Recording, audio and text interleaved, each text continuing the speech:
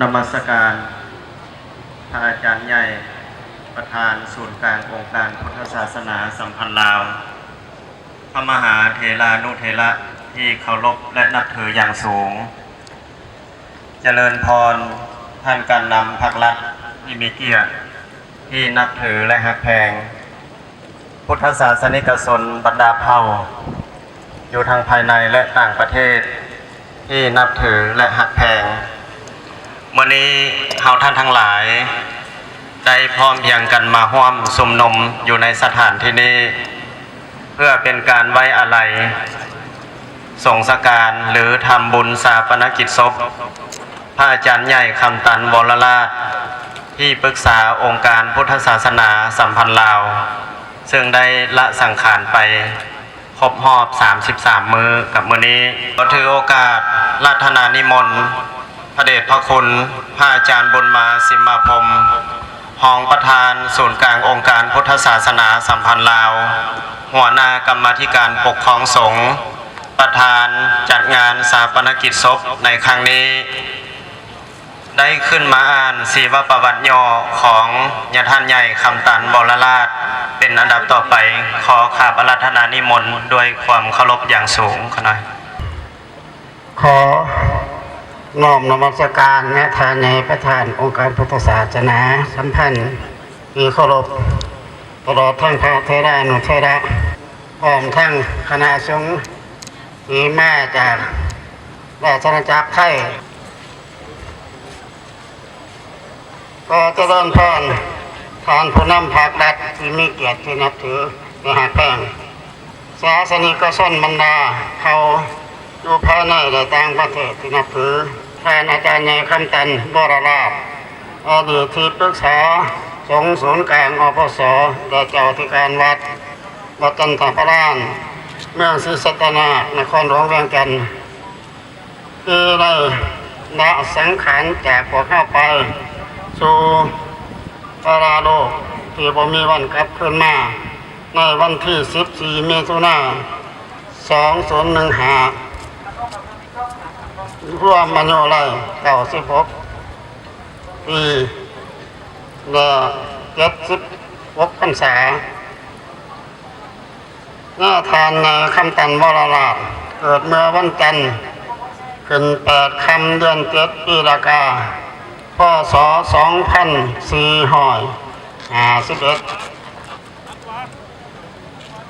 พ.ศ. 1919ที่บ้านหน้าวาเมืองโทรคมแข็งเวียงกันอายุครบ20 ปีบริบูรณ์แล้วได้เขาอุปสมบทเป็นพระสงฆ์ที่พัทธสิมมาวัดพระท่าเมืองโทรคมแข็งเวียงกันความดีอันบริสุทธิ์พุทธพองของญาติทานนั้นคนจึงได้หัดศรัทธาการเคารพนับถือจากออกโดนญาติโยมอยู่ภายในและต่างประเทศ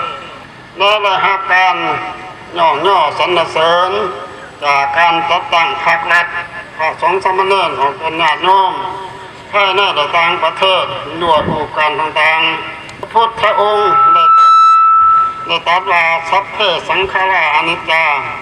สัพเพสังขาราทุกขาสัพเพธัมมาอนัตตาสังขารทั้งหลายทั้งปวงเป็นของบ่เที่ยงแท้แน่นอนขน้อยในน้ำต่างหน้าให้องค์การพุทธศาสนาสัมพันธ์ได้และต่างหน้าให้ศรัทธาทุกภาคส่วนขอให้ดวงวิญญาณของญาติทานในอย่าได้เป็นห่วงเป็นใยต่อสิ่งต่างๆเหล่านั้นต่อไปนี้ข้าน้อยหรืออาตมาภาพขออาราธนานิมนต์พระเทรานุเถระเจริญพรบรรดาแทนศาสนิกชนทั้งหลายจงพร้อมกันอยู่ในอาการสงบด้วยกายวาจาใจเป็นเวลา1 นาที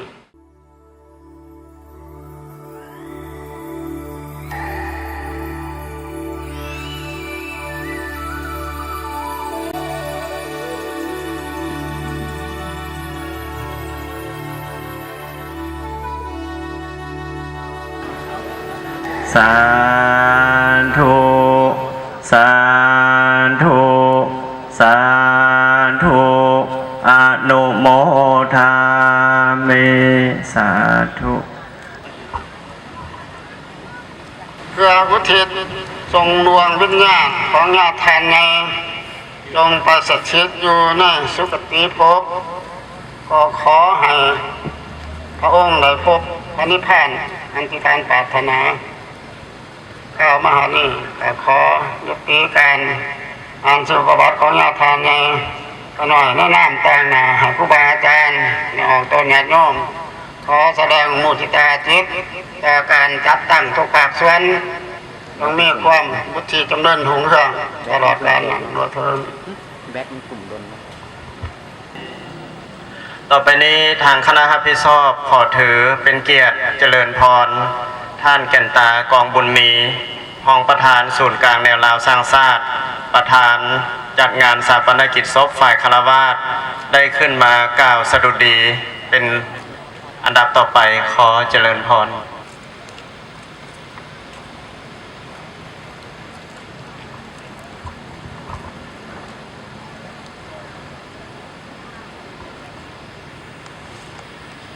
น้อมนมัสการพระอาจารย์ใหญ่ประธานศูนย์กลางองค์การพุทธศาสนาสัมพันธ์ลาวที่เคารพอย่างสูงน้อมนมัสการพระเถรานุเถระเรียนท่านบรรดาท่านผู้นำพรรครัฐแขกที่มีเกียรติที่นับถือและหักแพงวันนี้ขน้อยนำตั้งหน้าคณะกรรมการศูนย์กลางเหนือสังสารก็คือชาวพุทธลาวบรรดาเผ่าขอแสดงความโศกเศร้าและอาลัยอาวรณ์อย่างสดซึ้งต่อการสูญเสียของพระมหาเถระองค์สำคัญของลาวเฮาพระอาจารย์ใหญ่คำตันวรราชเป็นพระมหาเถระองค์หนึ่งที่มีบทบาทสำคัญหลายอยู่ในองค์การพุทธศาสนาสัมพันธ์ลาวเพิ่นเป็นแบบอย่างด้านการปฏิบัติมีคุณธรรมสูงส่งถือได้ว่าเป็นแบบอย่างอันประเสริฐเลิศล้ำให้แก่พระสงฆ์สามเณรพ่อขาวแม่ขาวและสาวพุทธลาวบรรดาเผ่าชีวิตของเพิ่นซึ่งได้แสดงออกอย่างจ้าแจ้งอยู่ในพฤติกรรมและการเคลื่อนไหวตัวจริงของเพิ่นซึ่งบ่สามารถจะพรรณนาได้หมดใดขน้อยต่างหน้าองค์การในรัฐสร้างชาติอาจจะตั้งที่เกี่ยวข้องและสาวพุทธลาวบรรดาเผ่าขอแสดงความรู้บุญคุณอย่างล้นเหลือต่อดวงวิญญาณของญาติทานพวกขน้อยจะขอจะลึกบุญถึงบุญคุณคุณงามความดีในภารกิจอันมีค่าของญาติทานเอาไว้ในความทรงจำตลอดไปขอให้ดวงวิญญาณของญาติทานจงไปสู่ปุกิตภพด้วยเทินขอขอบใจต่อไปนี้จะเป็นการเทศนาศพโดยพระเดชพระคุณญาท่านใหญ่มหางอนดำรงบุญรองประธานศูนย์กลางองค์การพุทธศาสนาสัมพันธ์ลาวเวลามันน้อยเห็นน้อยเอาเนาะลายไม่ออกก็เมื่อยนั่งเลย นะโมตัสสะภะคะวะโตอะระหะโตสัมมาสัมพุทธัสสะนะโมตัสสะภะคะวะโตอะระหะโตสัมมาสัมพุทธัสสะนะโมตัสสะภะคะวะโตอะระหะโตสัมมาสัมพุทธัสสะอัฏฐาเจวะคลิธาจา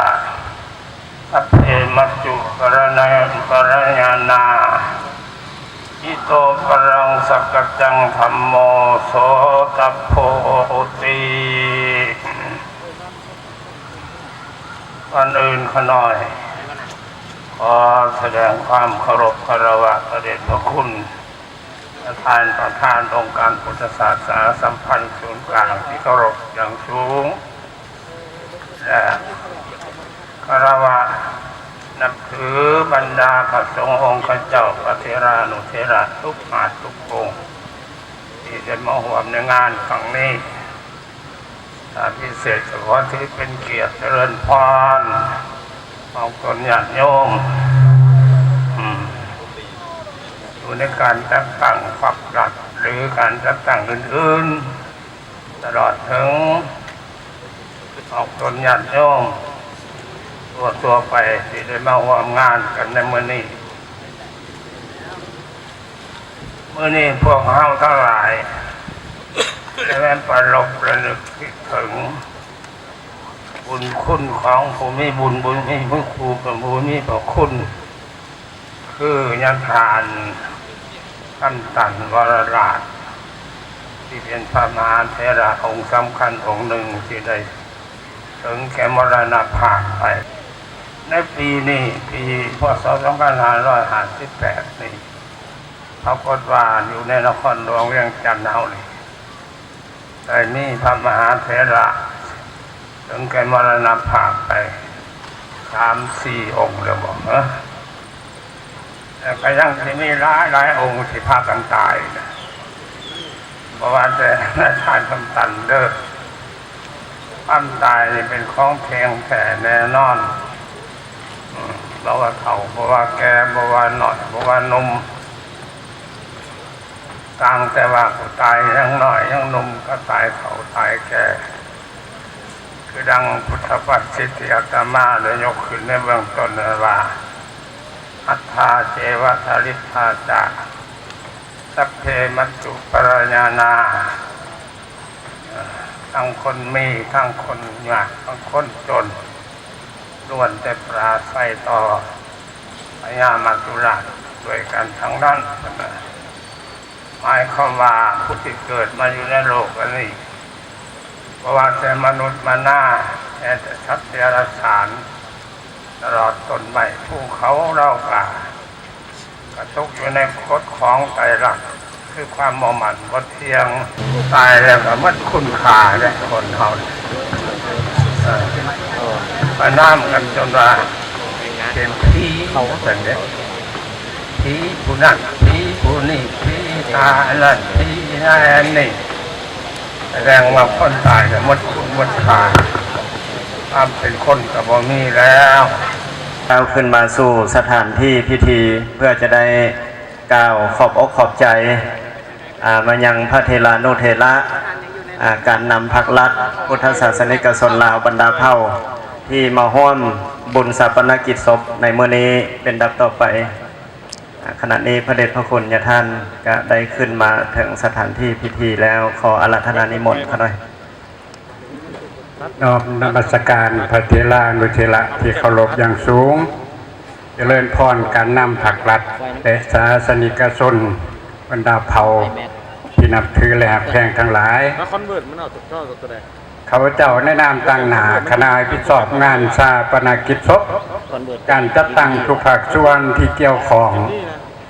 และในนามศิษยานุศิษย์ทั้งหมดขอแสดงความขอบอกขอบใจทุกภาคส่วนโดยเฉพาะการจัดตั้งพรรครัฐอำนาจการปกครองขันธ์ต่างๆและออกตนญาติโยมทุกทานที่ได้เสียสละเครือแห้งวัตถุปัจจัยประกอบส่วนในงานชาปนกิจศพของญาทานในคำตันวรราชเตรียมสถานที่ทอดผ้าบางสกุลต่อหน้าศพขณะนี้ทางคณะกรรมการก็กำลังจัดเตรียมความพร้อมทางด้านสถานที่ก็ขออนุญาตอ่าน1 คนติดตามต่อ1 คนทางคณะกรรมการก็กำลังจัดเตรียมสถานที่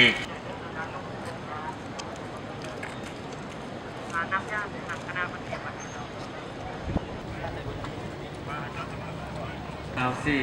ท่านนางศรีสมภูโพธิสารให้เขียนในเสียงใหม่และนามสกุลพิมพ์จันทร์ขณะนี้เป็นการทอดผ้าบางสกุลสุดพิเศษโคตะบองเมืองนางไทรทองเมืองหาดไทรทองเมืองสังทองเมืองปากเอิ่มเมืองไทรธานีเมืองละ4 องค์สำหรับรายชื่อเจ้าศรัทธาที่จะทอดผ้าบางสกุลในชุดที่3ผ้าบางสกุลเข้าวางดอกไม้ธูปเทียนทางพระสงฆ์สามเณรขอให้เข้าตามทิศทางที่กรรมการได้กำหนดไว้เด้อคณะทิศทางเดียวแล้วออกทั้ง2 ทางคือด้านซ้ายและด้านขวาสามารถออกได้แก่ทางด้านตะวันออกและด้านตะวันตกขอรัตนานิมนต์เด้อขน่อยเด้อพ่อแม่ครูบาอาจารย์จากประเทศ อเมริกาและก็พ่อแม่ครูบาอาจารย์จากจังหวัดนครพนมราชอาณาจักรไทย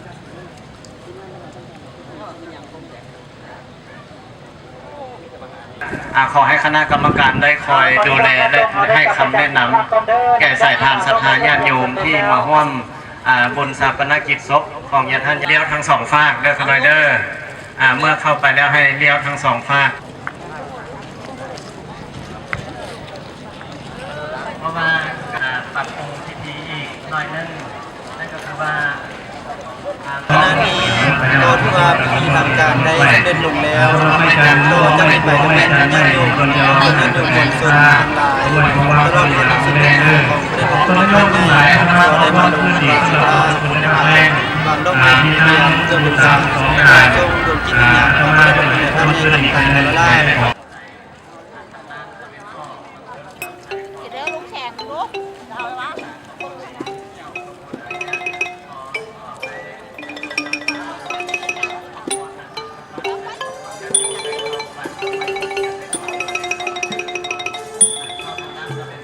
ท่านดีสำหรับองค์สมเด็จโยมคณะสังฆขอเรียนเชิญเจริญพรในจังหวัดพ้นยุทธายุทธนาครับดูสักวันเมื่อไหร่แต่ฟังขอเรียนเชิญเจริญพรในจังหวัดพ้นยุทธายุทธนาฝากแรงนี่อาจจะเป็นพ่อแม่ครูบาจากฝากแรงเขาที่ว่าจักมากเขาที่ว่าจำนวนสำหรับชาวบ้านเขาสังเกตเขาเข้าใจในเรื่องหนึ่งว่าขณะนี้ทางพระสงฆ์สามเณรขาวไม่ขาวและออกผลญาติโยมตอนรัตนาในคนใด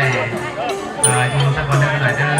ตั้งลูกศิษย์ลูกหาคณะสงฆ์พ่อแม่ครูบาจะมี13ทานตุ้ยน้ำตาแสงวงไส้14มืดมืดแล้วก็มาคณะพ่อแม่ครูบาจะที่ไม่เมื่อนี้เป็นงานสปนกิจศพของอาจารย์ใหญ่คำตันวรลาภข้าพเจ้าเองเป็นลูกหลานเป็นลูกศิษย์ของหลวงปู่และมีความเศร้าสลดใจที่หลวงปู่ได้จากไปทางด้านการสมรเป็นเจริญทางนั่งเดี๋ยวมันบอกว่าให้มูทนาออกอาตมาก็เลยบอกว่ามีได้หนุนพิธีของคณะกรรมการสำหรับบอกคนนั้นโยมจะบริจาคเป็นเจ้าภาพเจ้าศรัทธาเรียนเชิญเจริญพรตั้งเต็มตั้งหอกเนาะรวมกันโมทนาพุทธเดชกยาธรรมภาพเสนียานตื่นไหนทั้งเมื่อธรรมเทศนาและก่อนปากของสกุลเวลาเวียนวงจะได้ประชุมไปเสียงวันนี้ก็เรื่องผู้ใดคณะทุกท่านญาติโยมผู้ใดผู้ใดต่อโลกจะได้มีประชุมสำหรับพิธีในตอนแรงก็ยังมีพิธีสุดาภิธรรมแล้วก็ทอดถวายผ้าวังสกุลเพื่ออุทิศแด่ดวงวิญญาณของพระเดชพระคุณประธานใหญ่คำตันถัดจากนั้นก็จะเต่าห้อมคณะศิษยานุศิษย์ทุกทั่วหน้าเข้ามาประจำที่เพื่อจะได้ทำพิธีวางเพลิงห้อน